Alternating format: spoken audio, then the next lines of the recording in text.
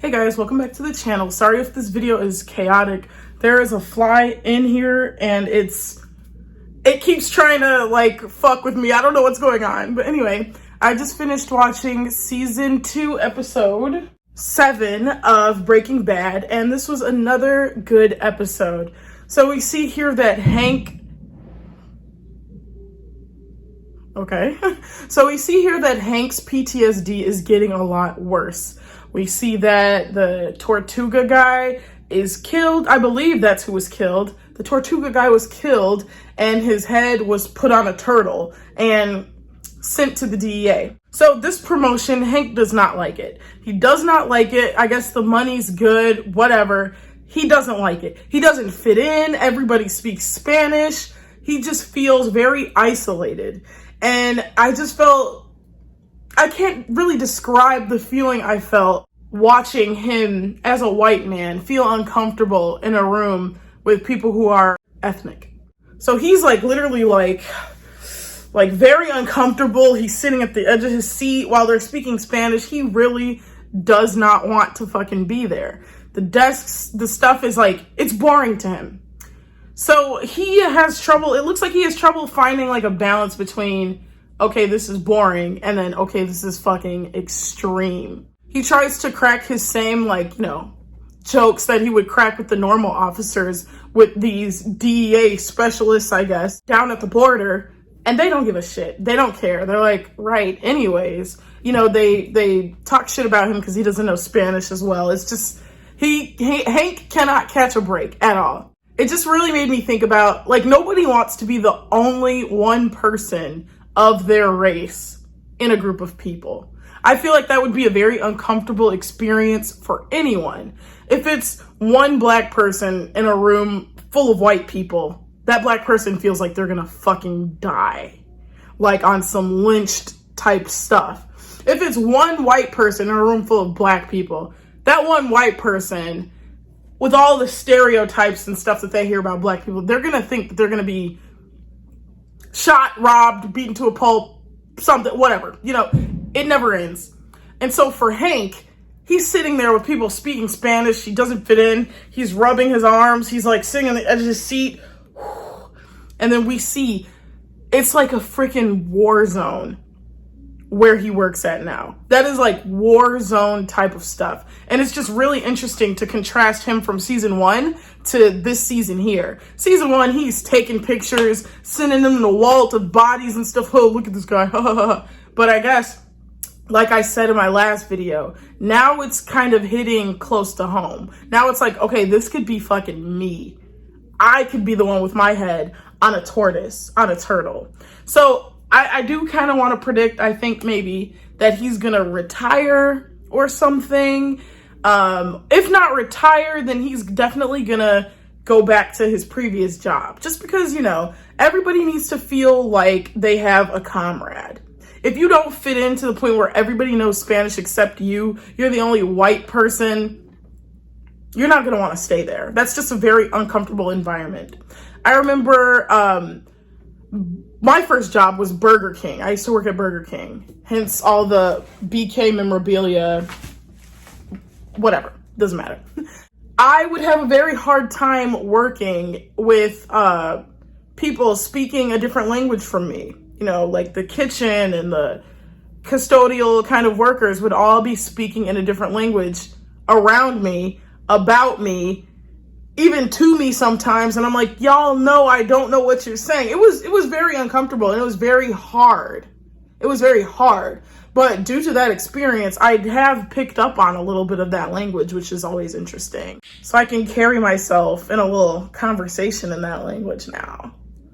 But yeah, just the basic point of what I'm saying is nobody really wants to be the only person of that race in that room. It's uncomfortable. It is. And that doesn't make people racist or anything. It's just like, if you see something like you're bound to be more comfortable with that thing. That's just how our brains are wired.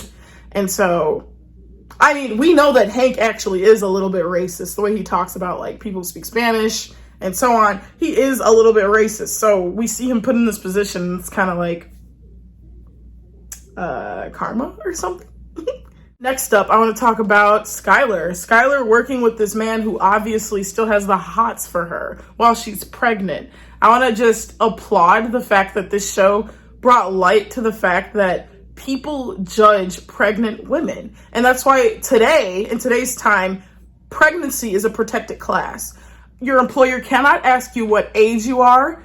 Your employer cannot ask you about your disabilities. They can ask you about accommodations, but they cannot ask you about your disabilities, and they cannot ask about your pregnancy.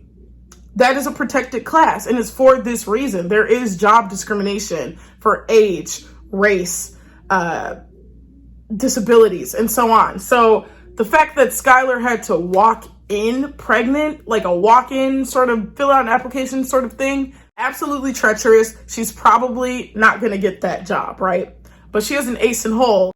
That Benedict, Cumberbatch, what the fuck was his name? I forgot. I wasn't paying that much attention. Who obviously has the hots for her. Now, when Walt finds out about this, I do think this is going to spark some trouble in the relationship. And I'm kind of excited to see how this works now, with Skyler being the one kind of with a secret to keep.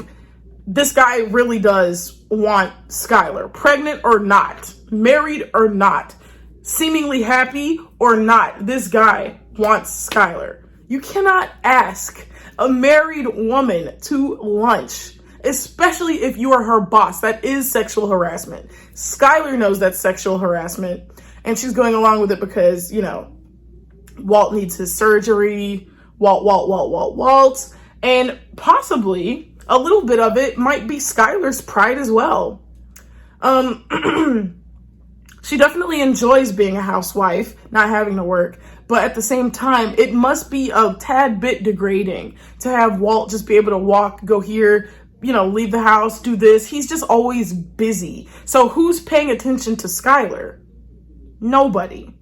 So of course, she's a grown woman. She wants to go and get something for her own too. Like, go ahead, girl. I would be bored sitting at the house all day, just cooking and cleaning and washing clothes and stuff. Like, I would need a job myself. So I totally understand Skyler. So I bet it all isn't just, oh yeah, like we're financially strapped right now. Part of it is she wants to be out of that house. She wants to feel important too. And that is why this Benedict Cumberbatch person, whatever his name was, he's going to play a role in this series, kind of upping Skyler's ego, like picking her confidence back up. And this is the perfect recipe for a wife cheating on her husband. Make your wife feel overlooked. Make your wife feel like she's not important. Make your wife feel like you can't come to her about things. That is a relationship where that isn't a relationship. That's a one-sided relationship. If I can't come to you, if I don't trust you to come to me with things, that feels like a one-sided relationship. That is a one-sided relationship. And so this guy giving Skyler this special attention, you know, trying to court her, she's definitely going to play into that. She definitely is. Now, I don't know if it's going to go far. I don't know if it's going to go anywhere at this point, but she's definitely going to let him gas her up a little bit.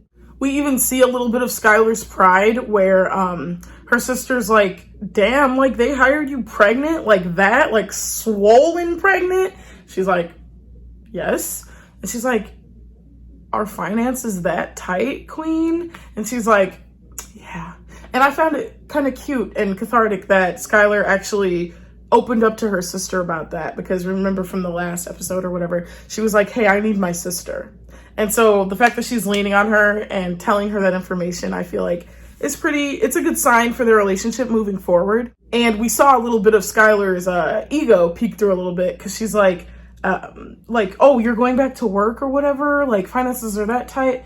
And Skyler's like, she's like, oh, why didn't you just ask us for help? And she's like, no, Walt, you know, he's not gonna really. That's what she's saying, which says that she knows about Walt's ego issues and his pride issues and all that shit. But I do believe that she has them too. She definitely wants to be at work. And then lastly, Jesse Jackson Pinkman has a bad emo goth GF.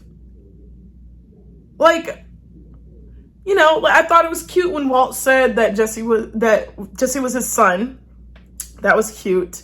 And Jesse kind of opening up to his landlord lady kind of signified, I already knew that they were going to be like a pairing or whatever. I knew since probably, honestly, since they first appeared on screen together, I was like, this chick looks about Jesse's age. And with her little snide attitude, this is probably going to be something. Not only that, but you obviously saw that she had at least a little bit of a soft spot for Jesse. She let him live there. Full cash, you know, first rent and a half or whatever. You know, she stuck out a limb for him. So obviously there's a soft spot already. So I was a little bit surprised that she went to go watch TV with him right after he lied to her. I thought that was interesting. But yeah, she's a bad emo goth GF. Like, she's got that whole thing going on. She's got that whole aesthetic. She's a bad bitch. Like, good job, Jesse. Jesse can pull, okay? Walt, he's getting very ambitious. He's getting very, he's stretching too far. There's something somebody told me that was very important. Now, this applies to everybody, even though she said as a woman. So scratch the as a woman. You need to know when to walk away. That is a very important part of life. Knowing when to walk away. Knowing when to stop. And Walt doesn't have that. He does not have that. It's bad enough he has pride and ego issues. That's bad enough. And on top of that, he has this like endless thirst. Like, he's doing more and more reckless things. And I hate how his dumbass tried to backtrack. Hey, when I said handle it, forget that. Leave it alone. You can't do that. You can't just flip on a dime like that. Like, people's lives are at stake. And if you actually care about Jesse, you wouldn't do shit like that. That to me was very bogus. You're not going to set some precedent. Okay, go ham on them. And then a few days later, turn around and be like, you know what? I was actually just kidding. Because that is too late. That is way too late to be like, oh. And then show up at his house. I hope you didn't do it. I meant intimidate them. You know what you meant, bro. You know what you meant. You wanted to show your fucking phallic ass. You wanted to show your phallic ass. You wanted to show your fucking hung. That's what you wanted to do. And you wanted to do it through Jesse. So I really do feel myself getting like anti-Walt. And I'm kind of just wondering if I would feel different if I was watching this like 6 years ago. I'm not going to say I was like an edgelord or some shit, but I do think that there are things like after graduating college and shit that I like just understand more about the world, where it's like, okay, that's fucked up. You know what I'm saying? Because I feel like back in the day I would be like, well, people who want drugs are gonna find them regardless. They didn't have to buy the drug. You know, I feel like I would be going down some sort of slippery slope like that, but no. Dealing drugs is bad. Manufacturing, harmful drugs and such is bad. And Jesse had to see firsthand the effect of that shit. The little kid who's being completely ignored by his parents because they're cracked and coked up. That is the effect. That is the effect. That is a direct effect of what Walt is doing. Jesse had to face the consequences of what they're doing. He had to look it in the eye. He had to feed the consequences of his and Walter's actions. He had to feed that a sandwich. Let that sink in. Let that sink in. And now, yeah, with them trying to spread out, the more people you involve in something, the more chances it has of getting discovered by the police, of going wrong, of getting double-crossed, of getting played, tricked, anything. Walt is new to the game. And he's trying to set all these rules and do all this shit. and now he's stepping on other dealers' toes. So it's like, you are quite literally signing your own death certificate. And of course, he is about to die. But now we got the cartel involved, right? We have the cartel involved. Very nice little jingle at the beginning of this episode. We have the cartel involved. So what's going to happen when they decide to kill your whole family? What's going to happen when they kill Jesse?